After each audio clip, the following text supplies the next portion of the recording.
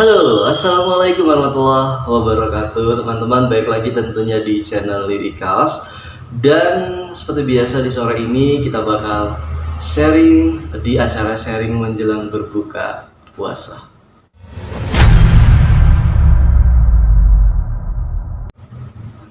Nah, buat teman-teman yang baru gabung di acara ini ngebahas tentang satu topik yang mudah-mudahan itu topiknya bisa bermanfaat buat teman-teman semua, karena topik yang diangkat itu berasal dari pertanyaan-pertanyaan yang sering saya tanyakan, bahkan yang mungkin juga banyak orang, teman-teman, adik-adik gitu terutama, yang sering nanya ke saya juga gitu, terkait dengan dua hal, pengembangan diri dan juga kepenulisan. Nah, di sore kali ini teman-teman ya, mudah-mudahan punya kabar baik selalu. Kita akan ngebahas tentang kepenulisan. Nah, lebih tepatnya kepada profesi nulis itu apakah profesi yang menjanjikan gitu.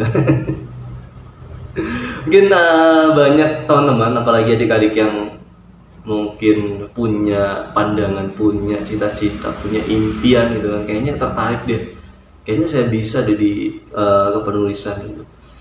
Lalu gimana sih ibaratnya nanti ke depannya gitu kan, apakah menjadi salah satu profesi yang menjanjikan atau tidak gitu. Nah, kebetulan teman-teman ya, di awal tahun kemarin saya menerbitkan sebuah buku. Mungkin buat teman-teman yang baru tahu, ini Berdaya Lewat Menulis. Inti dari buku ini adalah ada 3 teman-teman, yaitu bagaimana menemukan motivasi menulis, yang kedua bagaimana cara menulis, yang ketiganya adalah bagaimana cara memasarkan tulisan gitu di buku ini ya. Ke teman-teman yang belum baca, silahkan dibaca dulu biar lebih lengkap gitu kan. Bukunya dibikin tipis banget dan juga gaya-gayanya tuh kayak wawancara atau podcast ya. Jadi kayak ada 2 tokoh gitu, ini bercakap-cakap sampai habis ya. Nah, apa sih hubungannya? Karena ini buku ini juga mengangkat tema terkait dengan profesi menulis, atau kita tuh bisa berdaya karena menulis, berdaya secara finansial lah lebih utamanya. Nah, sebenarnya teman-teman ya, di buku ini juga saya jelaskan tuh ada 3 jalan tuh, teman-teman ya. Saya juga menemukan 3 jalan ini dari Dedi Dahlan lewat bukunya Passionpreneur, kalau nggak salah itu bukunya.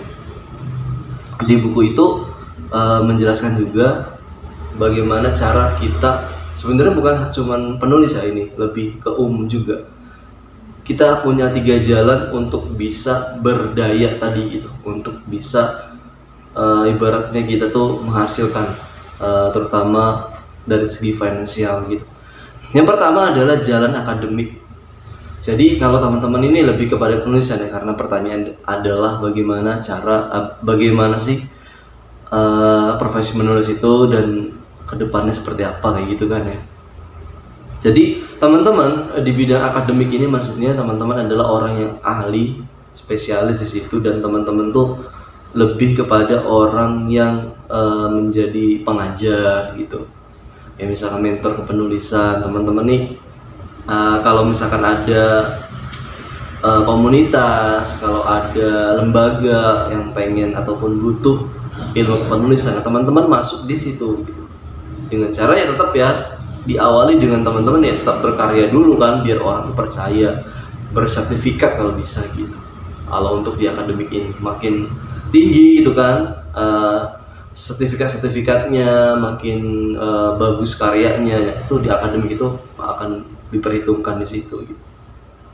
Nah, yang kedua adalah jalan independent worker atau jalan freelance lah gitu. Nah, kalau freelance, kalau misalkan akademik itu kita bisa bernaung di, atau kayak kerja lah gitu di orang atau di lembaga, sebuah lembaga, jadi seorang mentor gitu misalkan. Nah, sedangkan di freelance ini ya kita cuman butuh kita aja gitu, maksudnya kita ini adalah perusahaannya, kita nge-branding diri, nah kerjanya pun bebas, terserah kita gitu kan, kayak project kan ya mau diambil atau tidak ya terserah kita juga gitu. Aturan pun kita punya aturan sendiri gitu, enak lah, lebih bebas gitu dibandingkan kayak tadi ya, itu kayak kerja tuh misalkan jadi seorang guru misalkan, itu kan apalagi di sebuah lembaga kayak gitu sudah terpaku gitu, misalkan dari pagi sampai zuhur gitu, misalkan, atau misalkan sampai full bahkan gitu. Itu kan udah bener-bener waktu kita tuh habis di situ lah ibaratnya, karena kita nggak bebas. Tapi kalau freelance ini ya kita bebas. Contohnya freelance itu misalkan teman-teman punya jasa, misalkan bikin artikel, bikin cerpen, atau bahkan yang agak lumayan berduit adalah jadi penulis buku, tapi nama kita nggak ada, itu namanya kalau nggak salah ghostwriter. Ghostwriter itu lumayan gitu uangnya kalau satu project ya kan gitu kan, maksudnya kan karya kita nih tapi yang terkenal orang gitu, itu dibeli sama orang gitu karya kita, itu bisa. Atau sekarang ada namanya, kalau di online kan ada copywriter gitu, itu lumayan menjanjikan juga gitu. Teman-teman saya juga pernah seperti tahu jadi jurnalis juga gitu kan, bisa jurnalis media online gitu kan, yang freelance. Saya juga pernah kerja hampir 1 tahun teman-teman di salah satu media, dan saya beneran nggak pernah ketemu sama sekali sama orangnya, nggak tahu kantornya, tapi ya sama-sama enak aja gitu. Yang penting kerjasamanya enak. Ya saya ngelakuin ngambil berita gitu kan, nulis berita, diposting di situ, kemudian dapat fee-nya juga di situ gitu. Bisa juga seperti itu teman. Itu yang kedua ya, jalan kedua. Atau jalan yang lebih menantang lagi adalah jalan bisnis.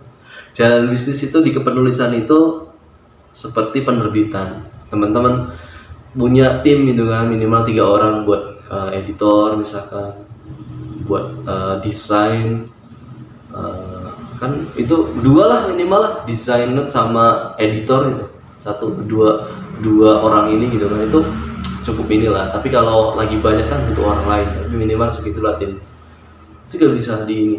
Tapi kalau penerbitan ya itu gitu, memang ya kita harus nyari gitu kan supaya kita bisa dapat jasanya gitu segala macam. Itu kan harus benar-benar di branding dengan baik, karena mainnya udah sistem sih. Nah, itu sih jalan tiga-tiganya itu bisa dibilang kalau menurut saya menulis juga menjanjikan juga teman-teman. Bahkan yang tadinya cuman part time aja gitu kan, iseng-iseng aja, malah sudah banyak yang full time. Kayak misalkan penulis muda yang saat ini terkenal juga ya, Jess Hairan, kemudian Boy Chandra, saya dengar di podcastnya itu mereka sudah full jadi penulis. Kan keren banget tuh, kayak kerjaannya setiap hari nulis gitu teman-teman ya. Sudah kerja sama sebuah penerbit, dia diterbitkan di situ kan, udah pasti setiap dia nulis itu. Kan keren banget udah kayak gitu. Nah itu tinggal pilihan teman-teman aja, mau jadi part time aja misalnya. Kayak saya nih sekarang masih part time aja gitu. Maksudnya ya kayak tadi freelance jalannya, atau sesekali bikin karya. Tapi minta doanya aja teman-teman ya, pengen bener-bener produktif lah, minimal di 5 tahun ke depan itu bisa 20 buku lah, 20 sampai 25 buku gitu targetnya teman-teman. Bisa lebih produktif lagi, karena nulis itu salah satu cara untuk kita meninggalkan, kalau ibaratkan gajah itu meninggalkan gading gitu kan. Ya kalau manusia harus meninggalkan karya-karya itu dalam bentuk ide gitu kan, sebuah buku itu bisa juga. Sebenarnya banyak cara sih, cuman ya buku itu menjadi salah satu hal yang banyaklah sekali manfaatnya lah buat diri kita tentu.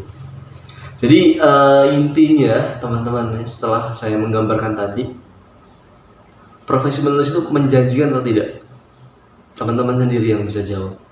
Teman-teman kalau mengusahakan itu menjanjikan. Tapi kalau teman-teman yang cuma buat iseng aja, ya buat iseng juga gitu. Jadi gimana kitanya juga sih kalau menurut saya sih.